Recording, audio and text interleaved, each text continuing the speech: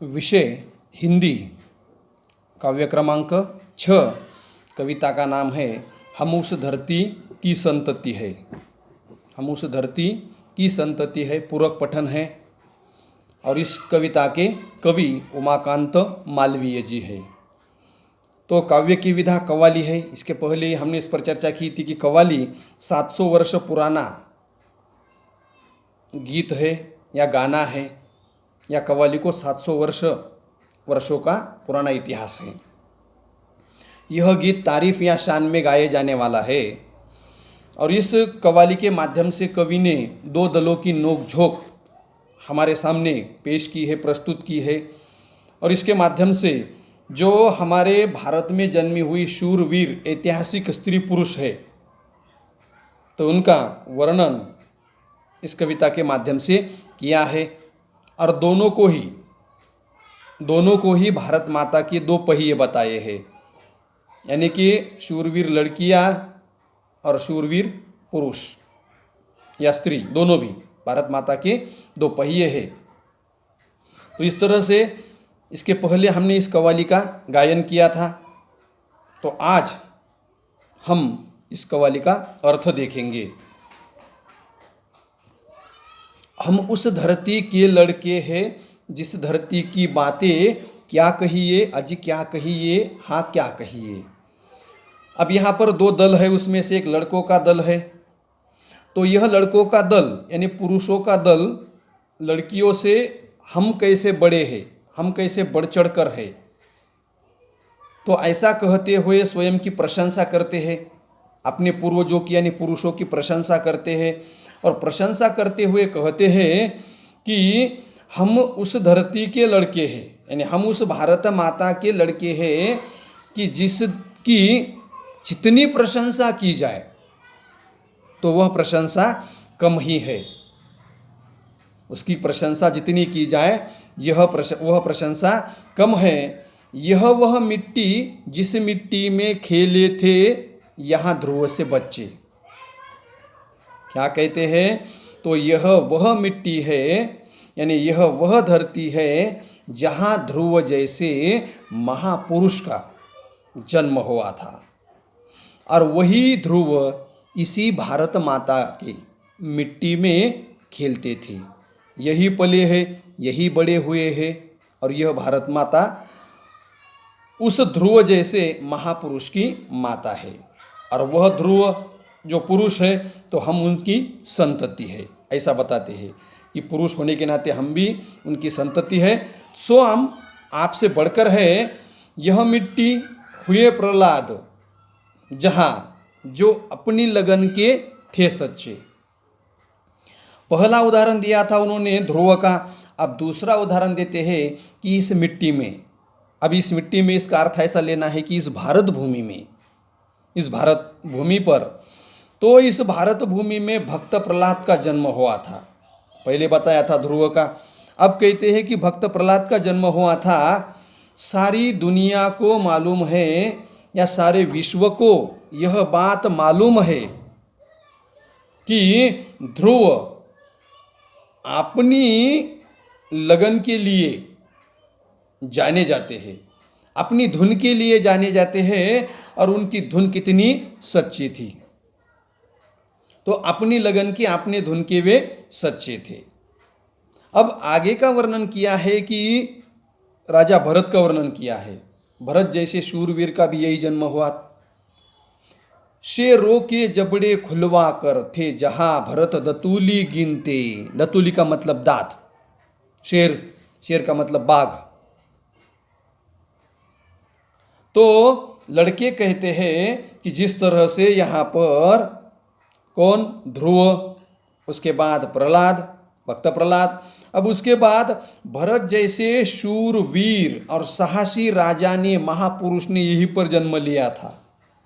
और वह भरत इतने निडर थे, इतने शूरवीर थे कि शेर के मुंह खुलवाकर, यानी शेरों के मुंह खुलवाकर उनके दांत गिनते थे, उनके दांत गिनते थे। यह तो वीरता की निशानी है।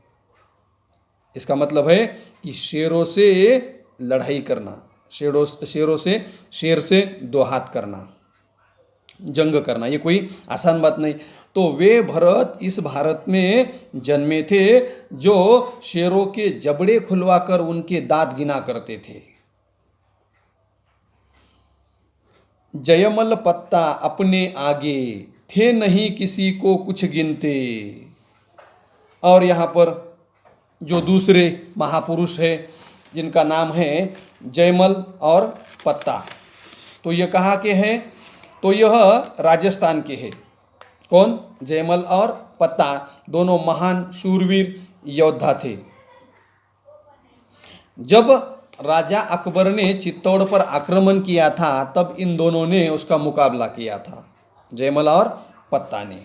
तो कहते हैं कि इस भारत के भूमि में जयमल और पत्ता जैसे वीर पुरुष जन्मे हुए थे जो अपने जैसे वीर को किसी को कुछ समझते नहीं थे, किसी को कुछ वह समझते नहीं थे।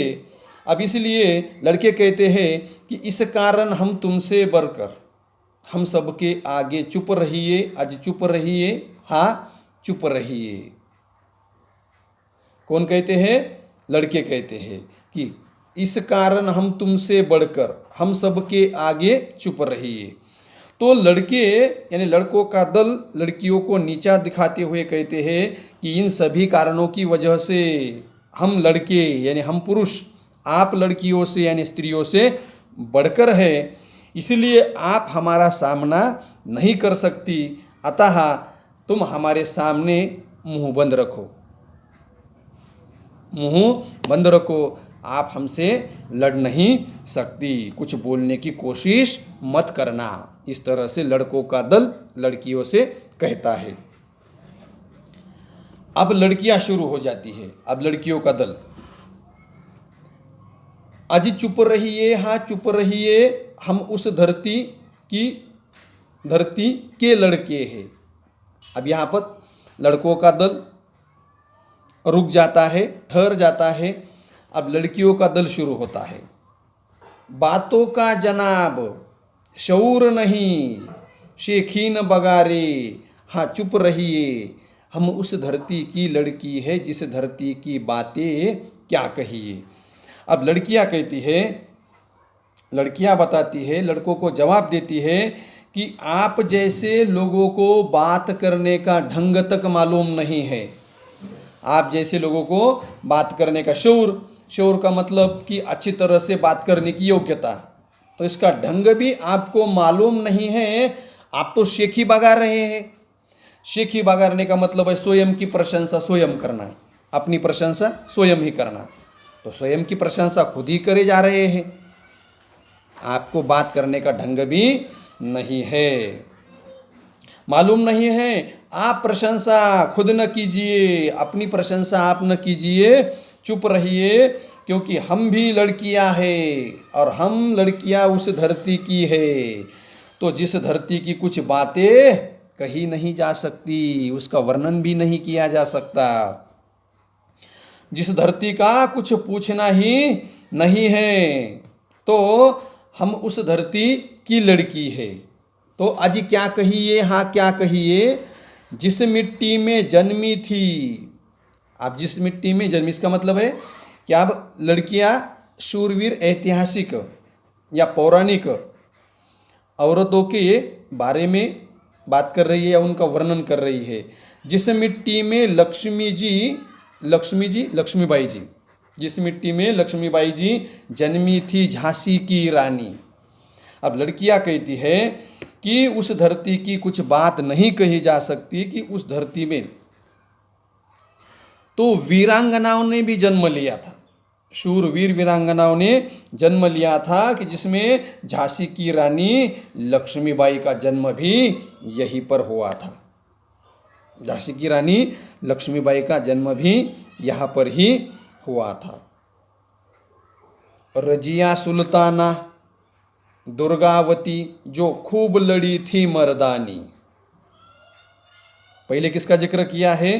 कि वीरांगना झांसी की रानी का जिक्र किया था। अब कहती है कि दुर्गावती, रजिया सुल्ताना जैसी मर्दानी वीरांगनाएं भी इस मिट्टी में पैदा हुई थी कि जिन्होंने लड़ाई के मैदान में अपना अद्भुत पराक्रम दिखाया था। हम उस धरती की लड़कियां हैं।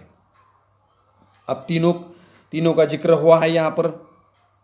झांसी की रानी, लक्ष्मीबाई जी, रजिया सुल्ताना और दुर्गावती। अब शेष जो कव्वाली का भाग है वो हम अगली वीडियो में देखेंगे।